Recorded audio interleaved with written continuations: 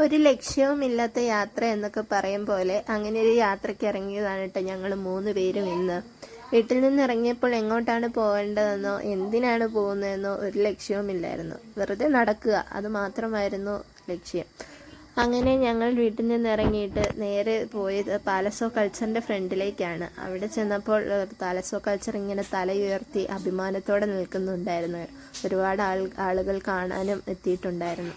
അവിടെ നിന്ന് ഞങ്ങൾ വീണ്ടും നടന്ന് എവിടേക്കോ എത്തി കുറച്ച് നേരം വിശ്രമിച്ചിട്ടൊക്കെയാണ് യാത്ര തുടർന്നത്. അങ്ങനെ ഞങ്ങൾ വന്ന് ഇങ്ങനെ ഒരു മരത്തിൻ്റെ ചുവട്ടിലിരിക്കുന്നതാണ്. പൊന്നുവിന് മരം കണ്ടപ്പോൾ മരത്തിൻ്റെ പൊക്കത്ത് കയറണം, അവിടെ പൊക്കത്ത് കയറ്റാവോ എന്നൊക്കെയാണ് ഈ പറയുന്നത്. കുറച്ച് റീൽസൊക്കെ എടുക്കാമെന്ന് വിചാരിച്ച് ഞങ്ങൾ അവിടെ റീൽസൊക്കെ എടുത്തു. എന്നിട്ട് അതിന് ശേഷം വീണ്ടും യാത്ര തുടർന്നു. എങ്ങോട്ടൊന്നുമില്ലാത്ത യാത്രയാണ് കേട്ടോ. പക്ഷേ യാത്ര പോയത് സാസ്കി പാർക്കിൻ്റെ സൈഡിലേക്കാണ്. സാസ്കി പാർക്ക് എത്താറായപ്പോൾ ഒരു ബോറടി. എന്നും സാസ്കി പാർക്ക് പോയി മടുത്തു, കണ്ട് മടുത്തു. എന്തിനാണ് എന്നും ഈ സാസ്കി പാർക്കിലോട്ട് പോകുന്നത്? നമുക്കെന്നാൽ മാറ്റി പിടിച്ചാലോ എന്ന് ഞങ്ങൾ. ഇന്നിവിടെ ഒരു പ്രത്യേകതയുണ്ട്. ഇന്നിവിടുത്തെ ശിശുദിനമാണ്. ശിശുദിനത്തിന് ഇവിടുത്തെ പബ്ലിക് ട്രാൻസ്പോർട്ടേഷൻ ഫുള്ള്, ബസ്സായിക്കോട്ടെ, ട്രാം ആയിക്കോട്ടെ, ട്രെയിൻ ആയിക്കോട്ടെ, മെട്രോ ആയിക്കോട്ടെ, എല്ലാ പബ്ലിക് ട്രാൻസ്പോർട്ടേഷനും ഫ്രീ സർവീസാണ് കേട്ടോ.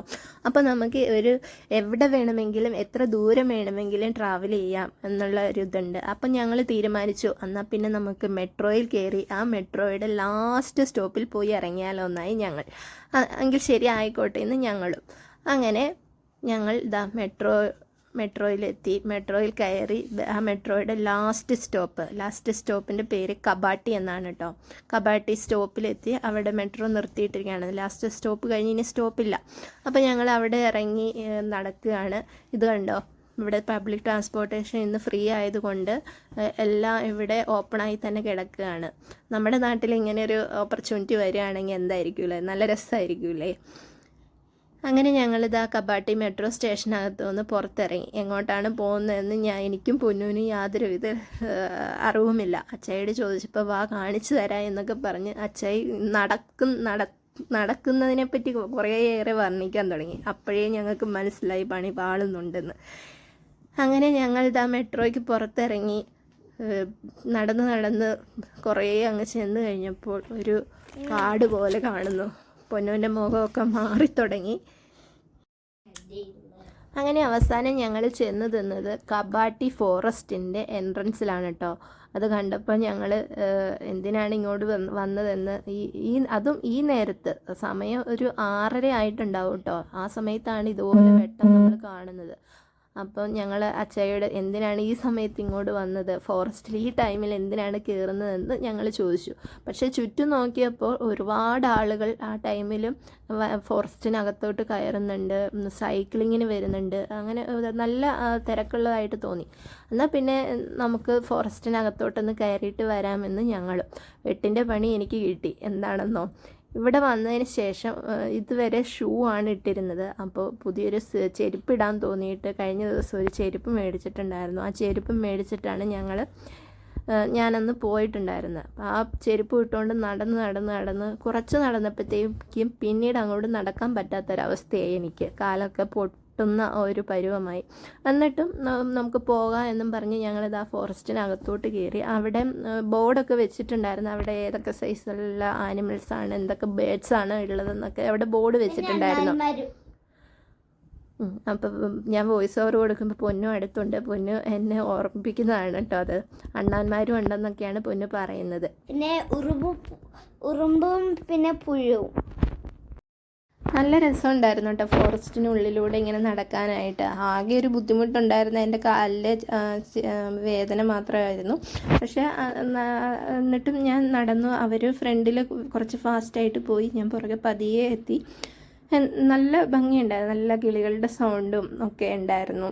ഇത് കണ്ടോ, മരത്തിന് മുകളിൽ ഇവർ കൂടുകൾ, എനിക്ക് തോന്നുന്നു അണ്ണാന് ഒക്കെ കൂടുകൾ ഇവർ വെച്ച് കൊടുത്തിരിക്കുന്നതാണെന്ന് തോന്നുന്നു കേട്ടോ. അങ്ങനെ കുറേ മരത്തിൽ ഇവിടെ കാണാം. ഈ വനത്തിനെ പറ്റി ഞങ്ങളിങ്ങനെ തിരക്കി കഴിഞ്ഞപ്പോൾ പറഞ്ഞ് കേട്ടത് 350 ഏക്കർ കണക്കിന് ഇങ്ങനെ വനം ഇങ്ങനെ കിടക്കുകയാണ്. അതിനുള്ളിലോട്ട് ഇങ്ങനെ നമുക്ക് ആളുകൾക്ക് പോകാനായിട്ട് ഇതുപോലെ ഇപ്പം നമ്മൾ ഈ പോകുന്ന വഴി അങ്ങ് നീണ്ടു കിടപ്പുണ്ട് എന്നാണ് അറിഞ്ഞത്. ഒരുപാട് ആളുകൾ സൈക്ലിങ്ങിനായിട്ടും നടന്നായിട്ടും വരുന്നുണ്ട് കേട്ടോ. ഇതുവഴി ഒരുപാട് ആളുകളുണ്ടായിരുന്നു. ഇതുണ്ടോ അപ്പം ആ കളറൊക്കെ കണ്ട് നല്ല പച്ചപ്പും നല്ല ഭംഗിയുണ്ടായിരുന്നു. പിന്നെ ഇവിടെ അട്ടയും മച്ചലും ഉണ്ടായിരുന്നു. പിന്നെ ഞങ്ങൾ കളിച്ചത് ടൈഗേഴ്സ് ആയിരുന്നു. നമ്മൾ ബ്ലാക്ക് ഷൂ ചെയ്തിട്ട് ഒരാൾ ഔട്ടായിരുന്നെങ്കിൽ ഒരാൾ ക്യാച്ചറാകും.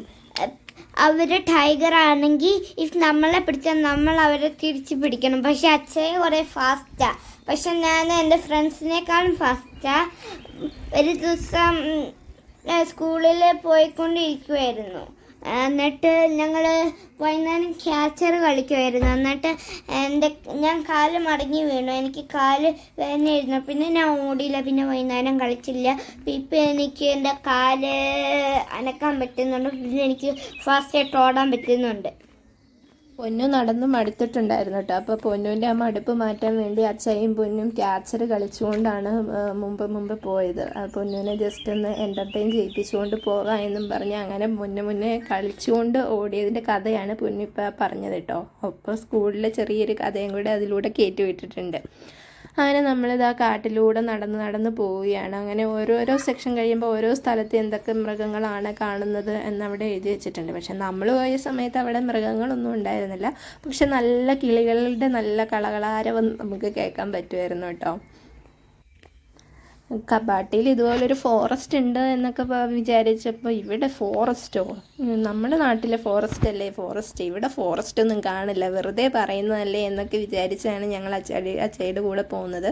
പക്ഷേ ഇതിനുള്ളിൽ കയറി കഴിഞ്ഞപ്പോഴാണ് കേട്ടോ മനസ്സിലായത് ശരിക്കും നല്ല അത്യാവശ്യം വലിയൊരു ഫോറസ്റ്റ് ആയിരുന്നു. പക്ഷെ ഞങ്ങൾ അധികം ഒന്നും ഒരുപാട് ഉള്ളിലോട്ട് പോയില്ല. കുറച്ചധികം നടന്നപ്പോഴത്തേനും ഞാൻ ആദ്യം പറഞ്ഞതുപോലെ തന്നെ എൻ്റെ കാല് പൊട്ടിക്കഴിഞ്ഞതിന് ശേഷം നടക്കാനായിട്ട് കുറച്ച് ബുദ്ധിമുട്ടുണ്ടായിരുന്നു. കുറച്ചല്ല, അത്യാവശ്യം നന്നായിട്ട് തന്നെ ബുദ്ധിമുട്ടുണ്ടായിരുന്നു. അപ്പം ഞങ്ങൾ പകുതിയുടെ അല്ല, ഒരു കുറച്ച് ഭാഗം നടന്നതിന് ശേഷം ഞങ്ങൾ തിരിച്ചു നടന്നു. അങ്ങനെ തിരിച്ചു പോകുന്നതാണ് കേട്ടോ ഈ കാണുന്നത്. ഇത് കണ്ടോ, നിങ്ങൾ ഒരു കാര്യം ശ്രദ്ധിച്ചോ, ഇവിടെ നമ്മൾ ഇത്രയും നേരം നടന്ന് വന്നിട്ട് ഒരു ഗ്രീൻ കളറും പിന്നെ ആ ഒരു കരിഞ്ഞ ഇലയും അല്ലാതെ ഒരു പ്ലാസ്റ്റിക്, ഒരു ചെറിയ കഷ്ണം പ്ലാസ്റ്റിക് പോലും നമുക്കിവിടെ കാണാനായിട്ട് സാധിക്കില്ല. അത് ഇവിടെ പാർക്കാണേലും ശരി, വനമാണേലും ശരി, അത് നല്ല രീതിയിലാണ് കേട്ടോ മെയിൻറ്റെയിൻ ചെയ്ത് പോണത്. അത് നമുക്ക് പറയാതിരിക്കാൻ പറ്റില്ല.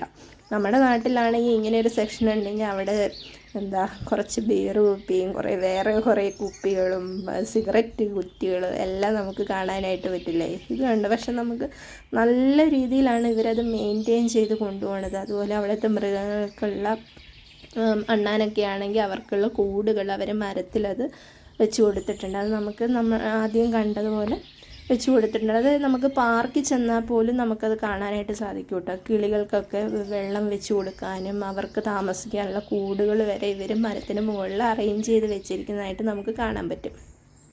അങ്ങനെ ഇവിടുത്തെ ശിശുദിനത്തിൻ്റെ അന്ന് കാട്ടിലൂടെ ഒരു യാത്രയൊക്കെ കഴിഞ്ഞതാ ഞങ്ങൾ പുറത്തു വന്നു. അപ്പോൾ രാത്രി ഒരു 8:15 കഴിഞ്ഞിട്ടുണ്ടാവും. എന്നിട്ടെന്താ വെളിച്ചം പോയിട്ടില്ല. അപ്പോൾ ഇന്ന് ഇത്രയേ ഉള്ളൂ വീഡിയോ. എല്ലാവരും ലൈക്ക് ചെയ്ത് ഷെയർ ചെയ്ത് സബ്സ്ക്രൈബ്